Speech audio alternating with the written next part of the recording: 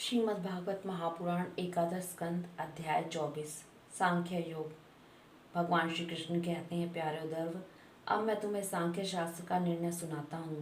प्राचीन काल के बड़े बड़े ऋषि मुनियों ने इसका निश्चय किया है। जब जीव इसे भली भांति समझ लेता है तो वह भेद बुद्धि मूलक सुख दुख आदि रूप ब्रह्म का त्याग तत्काल कर देता है। युगों से पूर्व प्रलय काल में, आदि सतयुग में, और जब कभी मनुष्य विवेक निपुण होते हैं, इन सभी अवस्थाओं में यह संपूर्ण दृश्य और दृष्टा जगत और जीव विकल्प शून्य किसी प्रकार के भेदभाव से रहित केवल ब्रह्म ही होते हैं। इसमें संदेह नहीं कि ब्रह्म में किसी प्रकार का विकल्प नहीं है। वह केवल अद्वितीय सत्य है। मन और वाणी की उसमें गति नहीं है। वह ब्रह्म ही माया और उसमें प्रतिबिंबित जीव के रूप में, दृश्य और दृष्टा के रूप में दो भागों में विभक्सा हो गया। उनमें से एक वस्तु को प्रकृति कहते हैं, उसी ने जगत में कार्य और कारण का रूप धारण किया है। दूसरी वस्तु को जो ज्ञान स्वरूप है, पुरुष कहते हैं। उद्धव जी, मैंने ही जीवों के शुभ अशुभ कर्मों के अनुसार प्रकृति को शुद्ध किया। तब उसमें सत्व रज और तम ये तीन गुण प्रकट हुए। उनमें क्रिया शक्ति प्रधान सूत्र और ज्ञान शक्ति प्रधान महतत्व प्रकट हुए। वे दोनों परस्पर मिले हुए ही हैं। महतत्व में विकार होने पर अहंकार व्यक्त हुआ। यह अहंकार ही जीवों को मोह में डालने वाला है। वह तीन प्रकार का है, सात्विक, राजस और तामस। अहंकार पंच तन्मात्रा, इंद्रिय और मन का कारण है, इसलिए वह जड़ चेतन उभयात्मक है। तामस अहंकार से पंच तन्मात्राएं और उनसे पांच भूतों की उत्पत्ति हुई तथा राजस अहंकार से इंद्रियां और सात्विक अहंकार से इंद्रियों के अधिष्ठाता 11 देवता प्रकट हुए। ये सभी पदार्थ मेरी प्रेरणा से एकत्रित होकर परस्पर मिल गए और उन्होंने यह ब्रह्मांड रूप अंड उत्पन्न किया। यह अंड मेरा उत्तम निवास स्थान है। जब वह अंड जल में स्थित हो जाता है तब मैं नारायण रूप से इसमें विराजमान हो गया। मेरी नाभि से विश्व कमल की उत्पत्ति हुई, उसी पर ब्रह्मा का आविर्भाव हुआ। विश्व समष्टि के अंतःकरण ब्रह्मा ने पहले बहुत बड़ी तपस्या की। उसके बाद मेरी कृपा प्रसाद प्राप्त करके रजोगुण के द्वारा भू वह स्वाहा अर्थात पृथ्वी, अंतरिक्ष और स्वर्ग, इन तीन लोकों की और इनके लोकपालों की रचना की। देवताओं के निवास के लिए सर्वलोक, भूत प्रेत आदि के लिए भूवलोक और मनुष्य आदि के लिए भूरलोक, पृथ्वीलोक का निश्चय किया गया। इन तीनों लोकों से ऊपर महरलोक, तपलोक आदि सिद्धों के निवास स्थान हुए।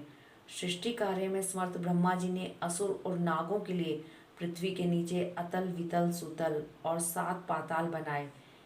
इन्हीं तीन लोकों में त्रिगुणात्मक कर्मों के अनुसार विविध गतियां प्राप्त होती हैं। योग, तपस्या और संन्यास के द्वारा महरलोक, जनलोक, तपलोक और सत्यलोक रूप उत्तम गति प्राप्त होती है तथा भक्ति योग से मेरा परम धाम मिलता है। यह सारा जगत कर्म और उनके संस्कारों से युक्त है। मैं ही काल रूप से कर्मों के अनुसार उनके फल का विधान करता हूँ। इस गुण प्रवाह में पड़कर जीव कभी डूब जाता है, कभी ऊपर आ जाता है, कभी उसकी अधोगति होती है और कभी उसे पुण्यवश उच्च गति प्राप्त हो जाती है। जगत में छोटे बड़े, मोटे पतले जितने भी पदार्थ बनते हैं, वह सब प्रकृति और पुरुष दोनों के संयोग से ही सिद्ध होते हैं। जिसके आदि और अंत में जो है वही बीच में भी है और वही सत्य है। विकार तो केवल व्यवहार के लिए ही हुई कल्पना मात्र है। जैसे कंगन, कुंडल आदि सोने के विकार और घड़े, सकोरे और मिट्टी आदि मिट्टी के विकार पहले सोना या मिट्टी ही थे, बाद में भी सोना या मिट्टी ही रहेंगे, बीच में भी वे सोने या मिट्टी ही हैं। पूर्ववर्ती कारण भी जिस परम कारण को उपादान बनाकर अपर कार्य वर्ग की सृष्टि करते हैं, वही उनकी अपेक्षा भी परम सत्य है। तात्पर्य यह है कि जब जो जिस किसी भी कार्य के आदि और अंत में विद्यमान रहता है, वही सत्य है। इस प्रपंच का उपादान कारण प्रकृति है, परमात्मा अधिष्ठान है और इसको प्रकट करने वाला काल है। व्यवहार काल की यह त्रिविधता वस्तुतः ब्रह्म स्वरूप है और मैं वही शुद्ध ब्रह्मा हूँ। जब तक परमात्मा की ईक्षण शक्ति अपना काम करती रहती है, जब तक उनकी पालन प्रवृत्ति बनी रहती है, तब तक जीवों के कर्म भोग के लिए कारण कार्य रूप से अथवा पिता पुत्र आदि के रूप से यह सृष्टि चक्र निरंतर चलता रहता है। यह विराट ही विविध लोकों की सृष्टि स्थिति और संहार की लीला भूमि है। जब मैं काल रूप से इसमें व्याप्त होता हूँ, प्रलय का संकल्प करता हूँ, तब यह भुवनों के साथ विनाश रूप विभाग के योग्य हो जाता है। इसके लीन होने की प्रक्रिया यह है कि प्राणियों के शरीर अन्न में, अन्न बीजों में, बीज भूमि में और भूमि गंध तन मात्रा में लीन हो जाती है। गंध जल में, जल अपने गुण रस में, रस तेज में और तेज रूप में लीन हो जाता है। रूप वायु में, वायु स्पर्श में, स्पर्श आकाश में तथा आकाश शब्द तन मात्रा में लीन हो जाता है।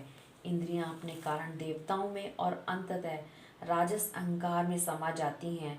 हे सौम्य, राजस अहंकार अपने नियंता सात्विक अहंकार रूप मन में, शब्द तन मात्रा पंचभूतों के कारण तामस अहंकार में और सारे जगत को मोहित करने में समर्थ त्रिविध अहंकार और महतत्व में लीन हो जाता है। ज्ञान शक्ति और क्रिया शक्ति प्रधान महतत्व अपने कारण गुणों में ही लीन रहता है। गुण अव्यक्त प्रकृति में और प्रकृति अपने प्रेरक अविनाशी काल में लीन हो जाती है। काल माया में जीव में और जीव मुझ अजन्मा आत्मा में लीन हो जाता है। आत्मा किसी में लीन नहीं होता, वह उपाधि रहित अपने स्वरूप में ही स्थित रहता है।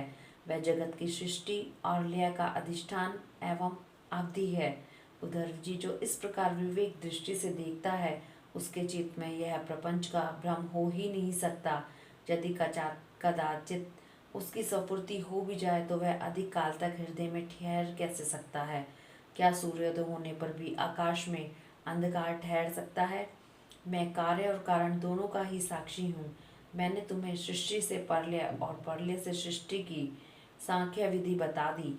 इसमें संदेह की गांठ कट जाती है और पुरुष अपने स्वरूप में स्थित हो जाता है। हरिओम तत्सत।